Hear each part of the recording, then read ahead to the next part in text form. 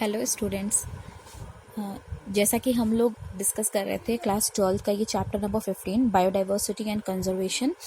तो ऑलमोस्ट ये 2 पेजेस हम लोग के 1.5 पेजेस कंप्लीट थे। अब हमें ये पॉइंट डिस्कस करना है that how many species are there on earth and how many in India. Okay, तो इसमें बहुत ज़्यादा डिटेल में तो नहीं जाना है, लेकिन हाँ हमें इतना पता होना चाहिए कि जो हमारे अर्थ है, जिस प्लैनेट पे हम रह रहे हैं, अब तक पूरे अर्थ पे कितनी स्पीसीज जो हैं उनकी डिस्कवरी हुई और कितने को जो कि है उनको जूलॉजिकल नेम और बोटैनिकल नेम दे दिया गया है, और कितने पे स्टडी मतलब हो चुकी है, और कितने अभी भी एस्टिमेटेड हैं कि हाँ वो आएंगे और उनको मतलब प्लेस देना है, नाम देना है, उनको हायरार्की के बेस पे उनको रखना है।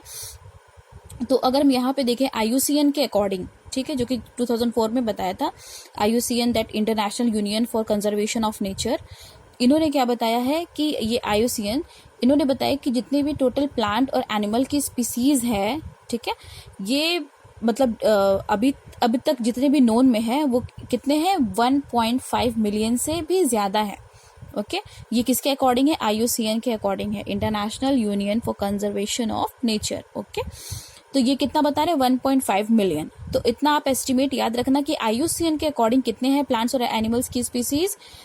Yes, it is slightly more than 1.5 million. Okay, लेकिन रॉबर्ट में जो एक साइंटिस्ट थे, ठीक है, इन्होंने क्या बताया कि ओवरऑल ग्लोबली जितने भी स्पीसीज को अब तक आइडेंटिफाई किया गया है वो अप्रॉक्स कितना जाता है? वो 7 मिलियन जाता है। ओके, ये रॉबर्ट मे की स्टडीज के अकॉर्डिंग है, ये रॉबर्ट मे ने बताया था।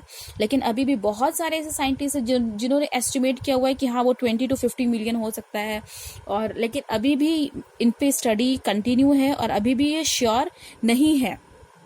ठीक है, तो फिर इसमें हमें देखना है, एक IUCN का हमें डाटा देखना है कि IUCN के अकॉर्डिंग कितना है, और एक हमें रॉबर्ट मे का देखना है कि रॉबर्ट मे ने कितना बताया कि मतलब ग्लोबली जो स्पीसीज की जो डाइवर्सिटी है वो अप्रॉक्स कितनी है?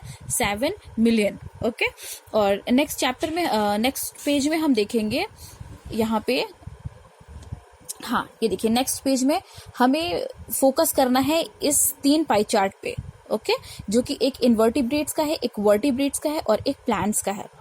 ओके, तो इन्वर्टिब्रेट पे अगर हम पहले डिस्कस करें इन्वर्टिब्रेट्स का, अगर आप ये पाई चार्ट देख रहे हो तो पाई चार्ट से बिल्कुल भी क्लियर हो जा रहा है कि इनमें जो सबसे ज्यादा पहले हम देखते हैं इन्वर्टिब्रेट्स में किसको किसको यहाँ पे इंक्लूड किया गया है। इंसेक्ट्स को इंक्लूड किया गया है, मॉलस्कन्स को इंक्लूड किया गया है, क्रस्टेशियंस को इंक्लूड किया गया, और बाकी यहाँ पे ये अदर एनिमल्स। ओके, तो इन्वर्टिब्रेट्स में अगर देखें तो सबसे ज्यादा जो प्लेस है वो कौन कवर कर रहा है? वो इंसेक्ट्स कवर कर रहे हैं, इंसेक्टा। ओके, जो कि किस फाइलम से बिलोंग करते हैं? अर्थ्रोपोडा से। ओके, अर्थ्रोपोडा अगर आपको याद हो तो आप लोग क्लासिफिकेशन में इसमें क्लासिफिकेशन में पढ़ा है कि जितने भी जो अर्थ्रोपोड है वो लार्जेस्ट फाइलम है। ठीक है, पूरे एनिमल किंगडम का जो अर्थ्रोपोडा है वो लार्जेस्ट फाइलम है। मतलब पूरे अर्थ पे जितनी भी स्पीसीज आप स्टडी करो, जितने भी स्पीसीज पे अगर आप स्टडी कर रहे हो तो उसमें 70% आपको जो है वो अर्थ्रोपोड्स या इंसेक्ट्स दिखाई देंगे। 70%। कहा जाता है कि अगर आप 10 एनिमल्स पे स्टडी कर रहे हो, ठीक है, सपोज मान लीजिए 1 2 3 4 5 6 7 8 9 10, अगर आप इन 10 एनिमल्स पे स्टडी कर रहे हैं तो कहा जाता है इसमें से 7 जो हैं वो क्या निकल जाएंगे? इंसेक्ट निकल जाएंगे, और बाकी की जो 3 है वो अदर एनिमल्स निकलेंगे। ओके, तो इसी वजह से इंसेक्ट जो है वो ज्यादा पाई चार्ट में, ये इस चार्ट में ज्यादा एरिया कवर किया हुआ है। ओके, तो अगर हम परसेंट के हिसाब से देखें तो 70% जो है, हम एनिमल्स की अगर बात करें तो सिर्फ एनिमल्स की अगर हम बात करें तो उस एनिमल्स में 70% तो कौन सा फाइलम इंक्लूड कर रहा है? वो इंसेक्टा इंक्लूड कर रहा है। ठीक है, अर्थ्रोपोडा। तो अब यहाँ पे ये देखना है, बाकी क्या उससे कम अगर आप देखो तो वो अदर एनिमल्स में आते हैं। सबसे कम जो है वो क्रस्टेशियंस है, और उसके बाद जो है वो मॉलस्का है। तो ये पाई चार्ट आप याद कर लो, कभी कभी एग्जाम में पूछता है, और नीट वगैरह में भी ये क्वेश्चन पुट अप किया जा सकता है कि मतलब वो एक सिर्फ पाई चार्ट देगा और ये इस तरह के मतलब ये सिर्फ बना के आपको डायग्राम बना के दे देगा, और आपको बताना रहेगा कि हाँ ये एक क्या है। मान लो वो बोल दिया label A, label B, label C, label D, तो अगर जब तक आपको ये याद नहीं रहेगा आप कैसे उसको लेबल करोगे? तो अगर लेबल A आया तो आपको इंसेक्ट करना रहेगा, लेबल B आया तो मॉलस्का का करना रहेगा। तो इस तरह से आप इसको, ये 3 पाई चार्ट आप किसी भी तरह इसको लर्न कर लीजिए। ओके, जो कि बहुत इंपॉर्टेंट है आपके बोर्ड के पर्पस के लिए भी और जितने भी कॉम्पिटिटिव एग्जाम है उस पर्पस के लिए भी। सी यहाँ पे हमने हाईलाइट किया है that more than 70% of all species recorded are animals. Yes, जैसा कि हम लोग अभी प्रीवियस पेज में पढ़े कि ओवरऑल अब तक जितने भी प्लांट्स और एनिमल्स की स्पीसीज है वो कितने हैं, 1.5 मिलियन। ओके, 1.5 मिलियन है। और उस 1.5 मिलियन में अगर हम देखें तो उसमें 70 to 75% के अप्रॉक्स जो है, उससे भी ज्यादा जितने भी हैं वो कौन कवर कर रहा है, वो एनिमल्स। ठीक है, मतलब इतने मिलियंस में अगर हम इनका 70% 75% निकालते हैं तो उतने क्या होंगे, वो एनिमल्स होंगे। और बाकी के जो है वो क्या हो जाएगा, वो आपका एल्गी हो गया, फंजाई हो गया, ब्रायोफाइट्स, जिम्नोस्पर्म और एंजियोस्पर्म। ओके, बाकी के जो बचे पोर्शन ये लोग कवर कर रहे हैं। और यहाँ पे तो हम लोगों ने देख ही लिया कि इंसेक्ट्स कितना है, कि अगर हम 10 प्लांट एनिमल्स पे स्टडी कर रहे हैं प्लानेट पे तो उसमें से 7 क्या होंगे, आपके इंसेक्ट्स होंगे। ओके, और ये एरिया जो कवर कर रहा है। ओके, अब आप इसमें देखिए, इस पेज में तो नहीं, हाँ लेकिन हाँ यहाँ पे देखो एकदम एनसीईआरटी में बिल्कुल क्लियर लिखा हुआ है कि जितने भी प्रोकैरियोट्स हैं, अभी तक प्रोकैरियोट्स का मतलब कोई भी सॉलिड एस्टिमेट मतलब अभी तक नहीं निकल गया है कि कितनी प्रोकैरियोट्स, कितनी स्पीसीज प्रोकैरियोट्स की जो है वो हमारे प्लैनेट पे प्रेजेंट है। तो ये अभी तक स्टडी कंटिन्यू है, तो इसका पूरा श्योरिटी वाला डाटा नहीं है हमारे पास, और ये एनसीईआरटी में भी नहीं दिया हुआ है कि अब तक प्रोकैरियोट्स की कितनी स्पीसीज जो है वो प्रेजेंट है। ओके, देखो यहाँ पे लिखा ना, biologist are not sure about how many prokaryotic species there might be. Okay, तो इसमें आपको ये देखना है। और सी, अब हम वर्टिब्रेट्स को अगर देखते हैं तो हमें पता है कि see you all know the difference between invertebrates and vertebrates. ठीक है, आप सबको पता है इनवर्टिब्रेट्स और वर्टिब्रेट्स का डिफरेंस क्या है। तो इनवर्टिब्रेट्स में हम लोग देख लिए कि सबसे लार्जेस्ट एरिया कौन कवर कर रहा है, इंसेक्ट कवर कर रहा है, फिर other animals group, okay, then crustaceans and then molluscans. अब आप वर्टिब्रेट पे आओ तो वर्टिब्रेट में जो लार्जेस्ट एरिया है वो कौन कवर कर रहा है, एकदम देख के एकदम साफ पता चल रहा है कि वो कौन से है कवर कर रहे हैं, pieces, that is fishes. Okay, तो ये क्लास जो है ये सबसे ज्यादा एरिया कवर कर रही है पीसेस की।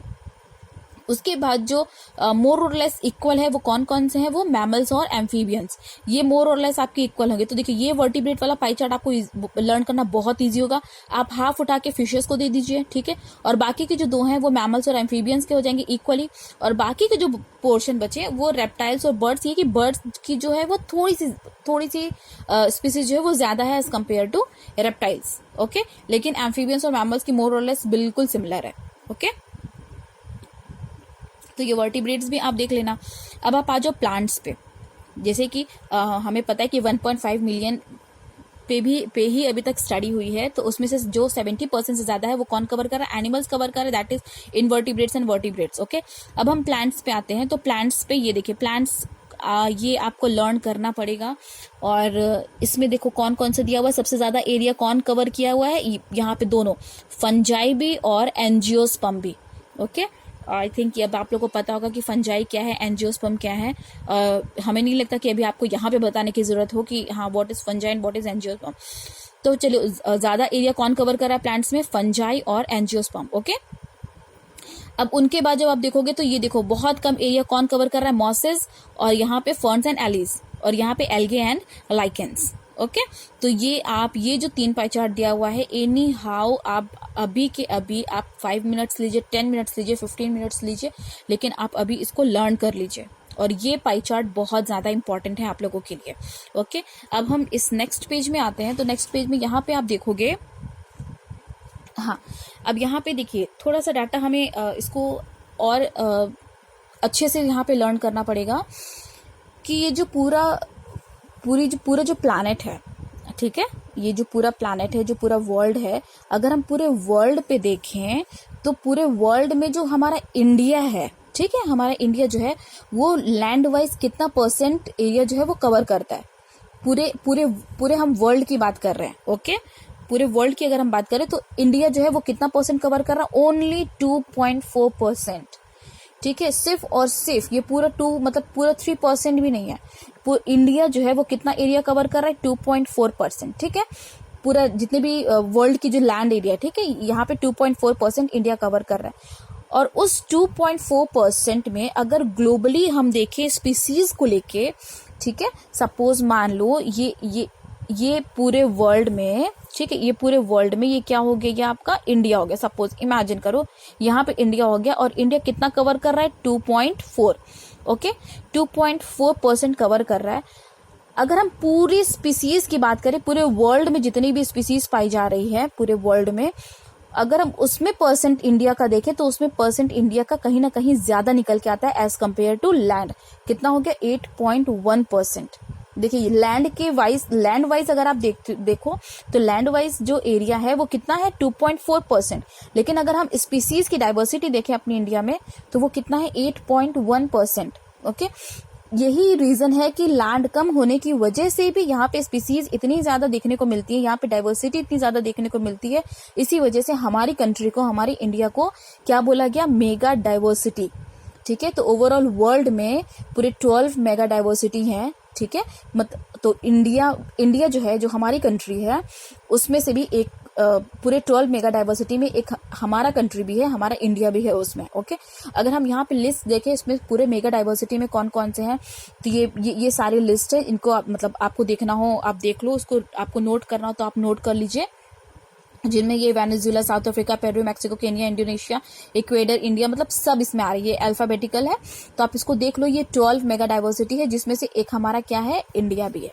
ओके, और इंडिया को क्यों बोला गया, क्योंकि इंडिया जो है लैंड वाइज वो 2.4% दे रहे हैं, लेकिन अगर हम स्पीसीज पे देखें तो स्पीसीज में कहीं वो बढ़ चढ़ के हिस्सा लिए। ठीक है, मतलब स्पीसीज जो है हमारी इंडिया में ज्यादा है, और इसी वजह से इंडिया को क्या कंसिडर किया गया, मेगा डाइवर्सिटी। ओके, अब यहाँ पे आप देखो, यहाँ पे तो अभी बहुत ज्यादा देखने को नहीं, हाँ, लेकिन ये बोला गया कि जितनी भी डाटा अभी तक हमें पता चली है, जितनी भी स्टडी अभी तक हम लोगों ने किया है कि हाँ 1.5 मिलियन, अगर हम रॉबर्ट मे के अकॉर्डिंग देखें तो 7 मिलियन रॉबर्ट मे। तो अगर हम रॉबर्ट मे के अकॉर्डिंग देखें, ठीक है, तो देखो यहाँ पे दिया हुआ है ना, इफ वी एक्सेप्ट मेज ग्लोबल एस्टिमेट, अगर हम रॉबर्ट मे का ये ग्लोबल एस्टिमेट अगर हम कर लें तो अभी भी पूरे वर्ल्ड में, ठीक है, अभी भी ये कितना है, 1 लाख से भी ज्यादा प्लांट स्पीसीज अभी उनको क्या बोलते हैं, आइडेंटिफाई किया जाएगा, और एनिमल में 3 लाख से भी ज्यादा स्पीसीज को अभी भी आइडेंटिफाई किया जा सकता है, उन पे स्टडी की जा सकती है। किसके अकॉर्डिंग, रॉबर्ट मे के अकॉर्डिंग। ओके, तो ये पूरा डाटा है जो कि आपको लर्न करना है आपके बोर्ड एग्जाम के लिए भी, और आप जितने भी कॉम्पिटिटिव एग्जाम देंगे उनके लिए भी। आप सारा ये जो सारे परसेंट वगैरह हैं, ठीक है, और ये जितनी भी स्पीसीज बताई गई है, और जितना भी ये यहाँ पे पाई चार्ट आप लोगों ने देखा, तो उसको पूरा आप बिल्कुल क्लियर उसको अच्छे से देखिएगा। इस चैप्टर में बहुत ज्यादा कुछ नहीं है, इसमें ज्यादा से ज्यादा आपको डाटा लर्न करने हैं। ओके, और नेक्स्ट वीडियो में हम लोग देखेंगे यहाँ पे पैटर्न्स ऑफ बायोडाइवर्सिटी। ठीक है, यहाँ पे 2 पैटर्न्स दिया हुआ है, लैटिट्यूडनल ग्रेडियंट्स दिया हुआ है, स्पीसीज एरिया रिलेशनशिप्स दिए हुए हैं यहाँ पे। ओके, तो नेक्स्ट वीडियो में ये 2 पॉइंट हम कवर करेंगे, और उसके बाद 2-3 लेक्चर और बचेगा। ये जो चैप्टर है आपका बहुत जल्दी फिनिश हो जाएगा। आई होप कि ये वीडियो आपको पसंद आया हो और आपको ये समझ में भी आया हो। तो होप कि आप अपने एनसीईआरटी को मार्क करिए, उसमें सारी चीज़ें लिखिए, और जितने भी आपको और अलग अलग से फैक्ट्स पता चलती है गूगल के थ्रू, इंटरनेट के थ्रू, तो आप उसको भी नोट करिए, क्योंकि ये जो जितनी भी डाटा है ये टाइम टू टाइम मतलब वैरी करती रहती है। ऐसा नहीं है कि 1920 में एक बार जो एस्टिमेट कर लिया गया, या जब IUCN जब हुआ था एक बार 1948 में, जो IUCN जब उस वक्त जो IUCN रिकॉर्ड कर लिया तो वो पूरे टाइम लाइफ टाइम चलता रहेगा, ऐसा नहीं है। ये डाटा जो है वो चेंज होता रहता है। आप नेक्स्ट वीडियो में आप देखोगे कि जब ये एनसीईआरटी लिखी गई थी तब और अब में कितना डिफरेंस आया है। ओके, तो वो हम नेक्स्ट वीडियो में डिस्कस करेंगे। Okay children, till then take care, thank you.